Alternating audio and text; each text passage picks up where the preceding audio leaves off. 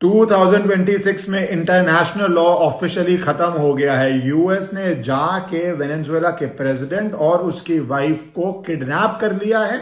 इसके क्या कॉन्सिक्वेंसेस होने जा रहे हैं भारत के लिए भी आपको बताऊंगा। ट्रंप का खुद का ट्वीट है कि प्रेसिडेंट निकोलस मडुरायो और उनकी वाइफ को कैप्चर कर लिया गया यूएस द्वारा और वेनेजुएला से बाहर ले गए। वैसे आपको पता है वेनेजुएला के पास वर्ल्ड में हाईएस्ट ऑयल डिपॉजिट है 303 बिलियन बैरल। उसके बाद नंबर 2 आता है सऊदी अरेबिया जो वैसे ही यूएस के इन्फ्लुएंस में आता है, और नंबर 3 है ईरान 209 बिलियन बैरल वाला, जिसको भी यूएस ने हाल ही में थ्रेटन किया है। अब इसका इंपैक्ट क्या होगा? अभी तक कहा जाता था रूल बेस्ड एक ग्लोबल ऑर्डर है, नेशंस को वॉर नहीं करनी चाहिए। वॉर के अंदर भी रूल्स थे कि आप सिविलियन लीडरशिप को टारगेट नहीं किया जाता है, बट एक इंडिपेंडेंट सॉवरेन देश के अगर आप प्रेसिडेंट को या प्राइम मिनिस्टर को ऐसे उठा लेते हैं तो ये तो वो बात हो गई कि कोई बाहुबली बोले आओ कभी हवेली पे और खुद ही लेके हवेली पे चला जाए। इसके आगे क्या होगा? रशिया पे लोग सवाल उठाते हैं कि उसने यूक्रेन क्यों इन्वेड किया, और रशिया कहता है मेरे लिए सिक्योरिटी नीड्स थे। बट अगर यूएस ऐसा काम कर रहा है